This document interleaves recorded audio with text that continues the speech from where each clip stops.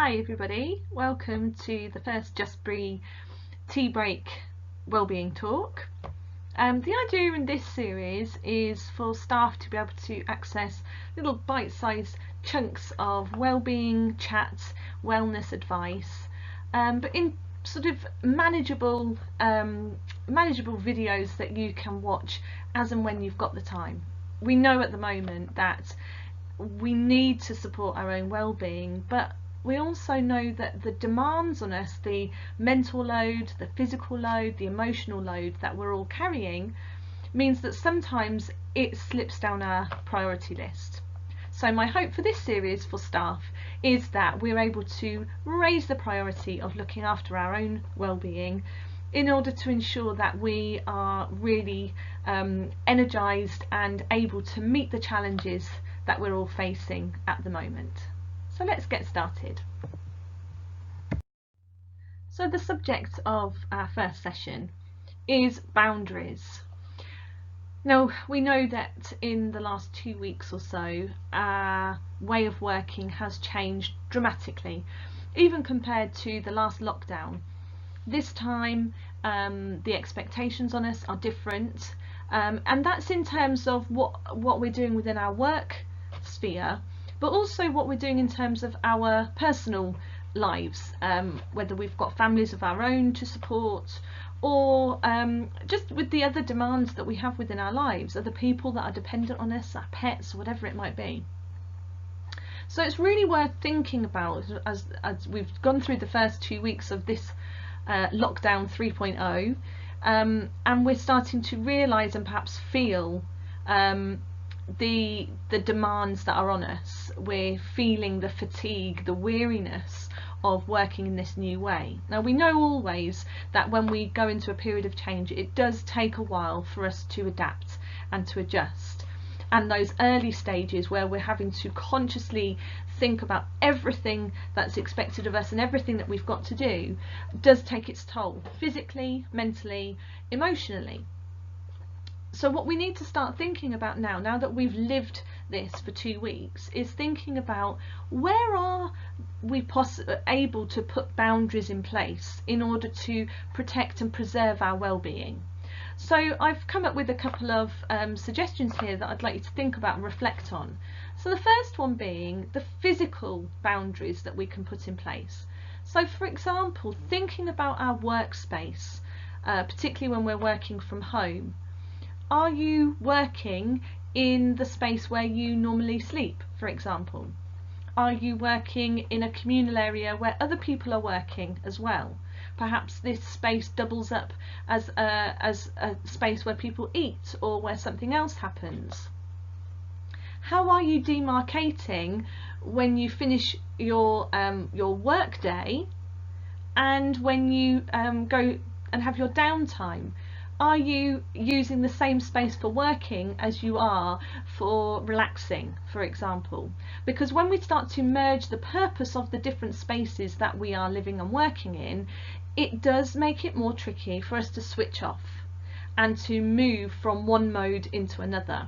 So creating these physical boundaries of saying, this is the space where I work, and then this is the space where I go to relax, to have some downtime, to be away from work. Those are really important. If we are sharing our workspace with others, as is really necessary, I have 3 children at home who are home learning at the moment. We have shared space. My daughter's working in the living room, and then me and my sons are at the dining room table, and so this workspace is shared, and there has to be compromise and things like that. This also doubles up as our dining room as well, so where we have to kind of close everything down, pack everything away, and then set it all back up again. All of these things add demands to us.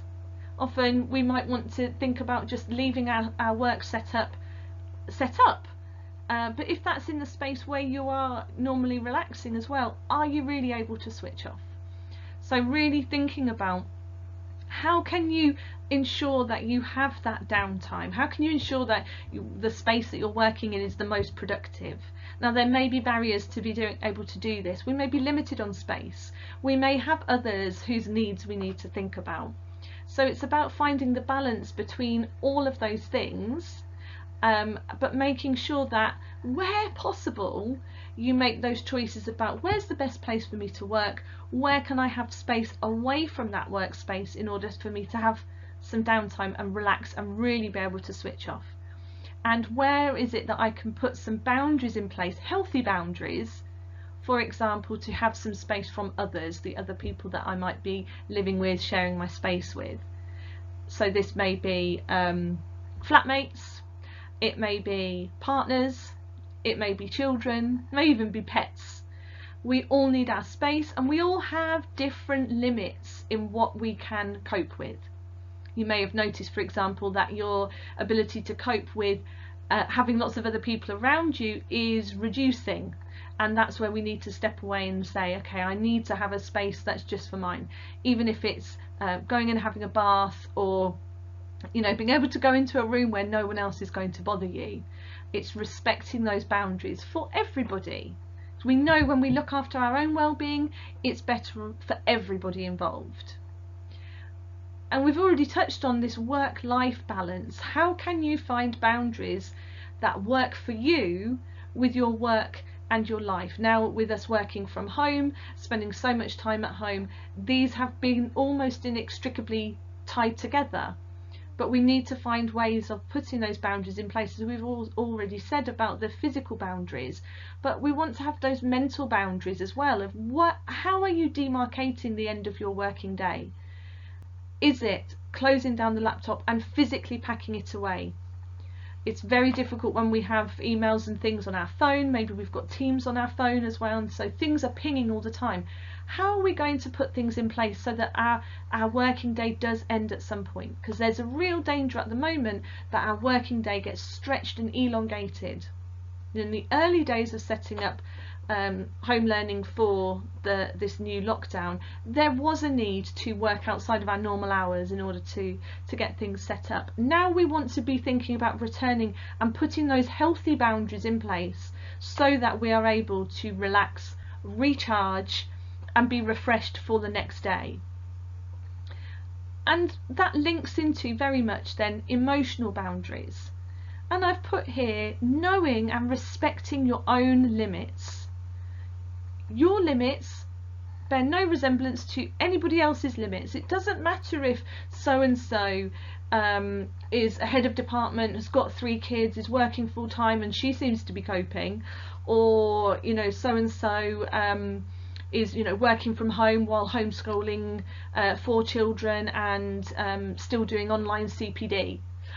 All of those things don't matter, because if for your emotional limit it's about I need to do my work and then I need to homeschool and I need to keep those separate. A comparison, as we know, is the thief of joy.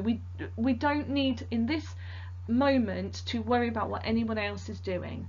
So acknowledging what our own limits are, respecting them without any guilt and without any judgment. And this is hard. It's hard not to judge ourselves against what we think to be the standards that we should uphold and hold ourselves to other people's standards.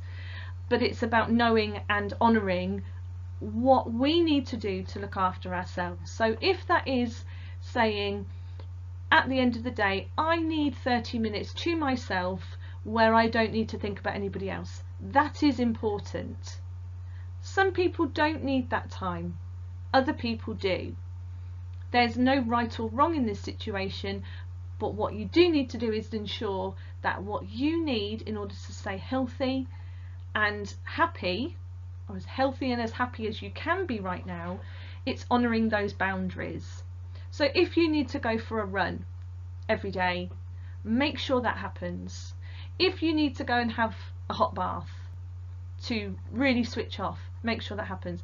If you need to delete certain apps off your phone, that's what you need to do. If you need to put downtime on your phone so that you can really switch off from everything. We are connected 24/7. It's a wonderful thing, but there is a downside, and at the moment that constant connectivity can start to have an impact on us. That need to know what's happening all the time, that need to respond to people as soon as we get an email from them, even though it's outside of our working hours. We talk about this stretching of our working day, putting these barriers in place, boundaries in place, sorry, to protect ourselves, so we have the time to switch off and think about something else. So the next step is to just have a little bit of time to reflect, and here are some ideas to think about. So the first thing is to think about, how can you work out what you need to do? So you may recognise and acknowledge that, yes, I need to put some boundaries in place, but what boundaries do I need to put in place, and what do I need to do?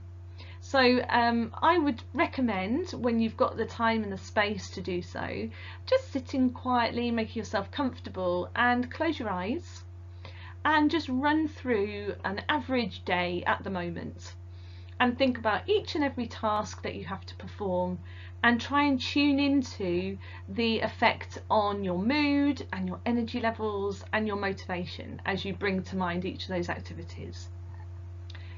Then when you're done, you've worked through your whole day, just sit and jot them down. Write down the activities that drain or deplete you, leave you feeling tired and fatigued, and also any of the activities that really boost you up and make you feel good. Once you've done that, you can start to then see where in your day do you need to put some boundaries in place in order to ensure that we don't hit those spells where we are depleting ourselves over and over again and we're left with nothing in reserve.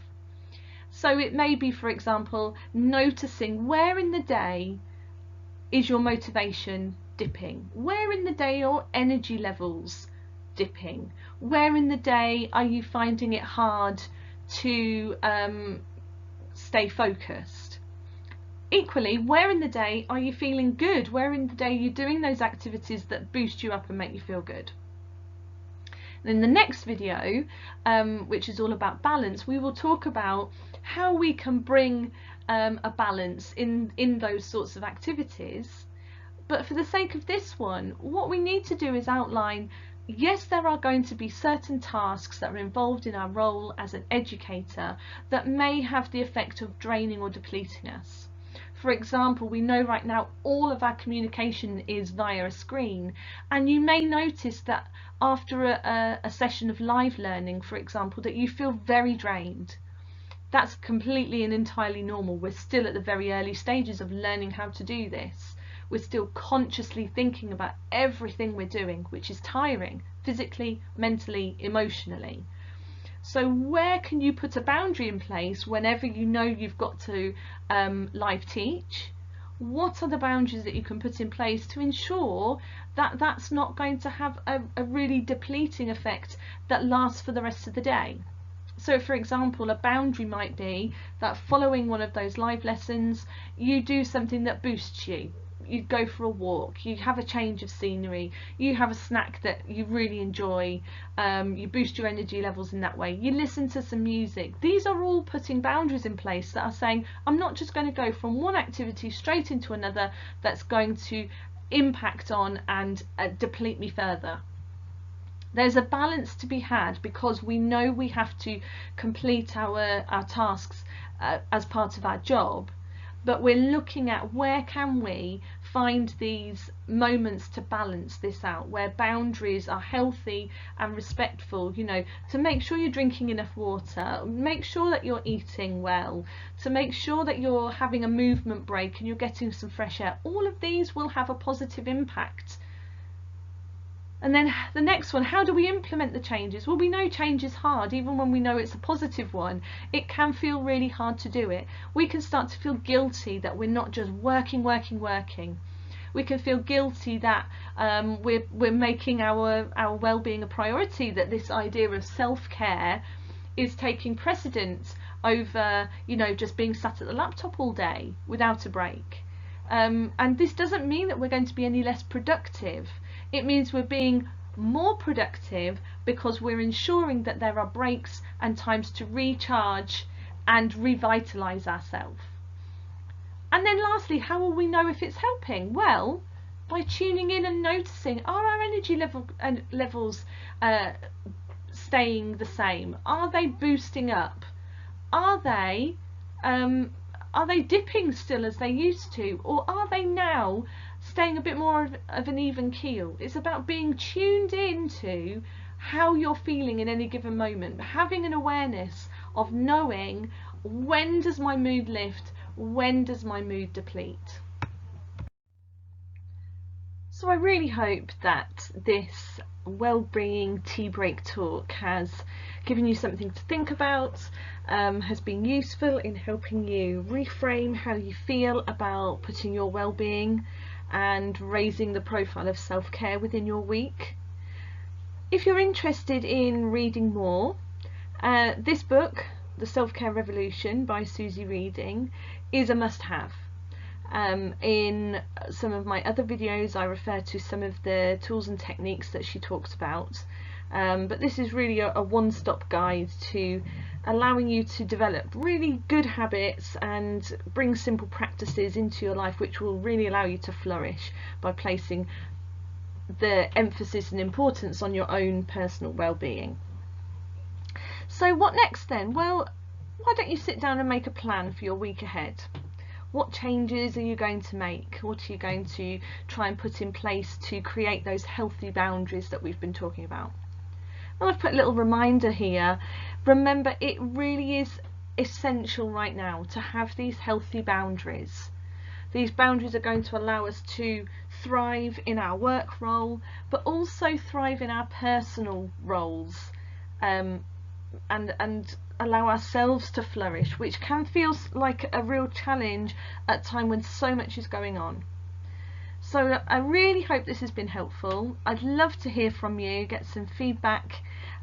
So here's my email address. Contact me whenever you want. Let me know how you're getting on, and if you want to chat further about any of the topics that we've talked about. I wish you well. Warmest wishes from me to you. I'll speak to you again soon.